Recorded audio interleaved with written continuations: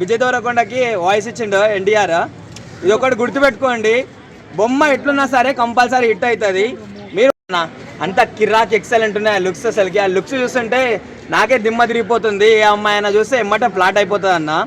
So ఇంతకుముందు లైగర్కి ప్రతి ఒక్కడు అన్నారు కదా, లైక్ ఇంతగానం స్పీచ్ ఇచ్చిండు, ఇంతగానం ఎలివేషన్ ఇచ్చిందని. అరే బాబు మీకే చెప్తున్నా, ఈ సినిమాకి లైక్ ఎన్టీఆర్కి వాయిస్ ఇచ్చిండు. బ్లైండ్గా ఫిక్స్ అయ్యి వెళ్ళిపోండి. థియేటర్లు మొత్తం ఎన్ని థియేటర్లు ఉన్నాయి అన్ని థియేటర్లు మొత్తం లైక్ కాల్చి పడేస్తాడు, అట్లా ఉంటుంది సినిమా. ఒక 1.5 మినిట్కే పిచ్చి లేచిపోయింది ఇక్కడ. సో ఎట్లా చూసుకున్నా అన్నా సరే విజయ్ దేవరకొండ కెరియర్లో ది బెస్ట్ ఫిలిం అవుతుంది ఇది.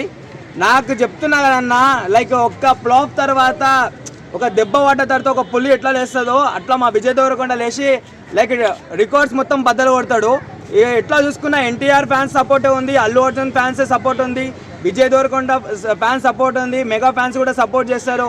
సో నాకు తెలిసినంత వరకు అయితే మన బాహుబలి రికార్డ్ పుష్ప బ్రేక్ చేసిండు. పుష్ప రికార్డ్ నాకు తెలిసినంత వరకు అయితే VD12 సినిమా కంపల్సరీ బద్దలు కొడతా అన్న. సినిమా మాత్రం హైలైట్ ఉంటుంది.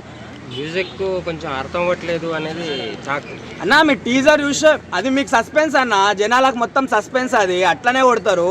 నువ్వు మొత్తం ఇంకా నీకు సినిమా రిలీజ్ అయిన తర్వాత నువ్వు ఇప్పుడు అంటున్నావు కదా కొంచెం అర్థమవుతలేదంటే మ్యూజిక్ కొట్టే ఇట్లా కొట్టాలి రాబాయ్ అని చెప్పేసి ప్రతి ఒక్క జనాలు అంటారు, అట్లా ఉంటుంది.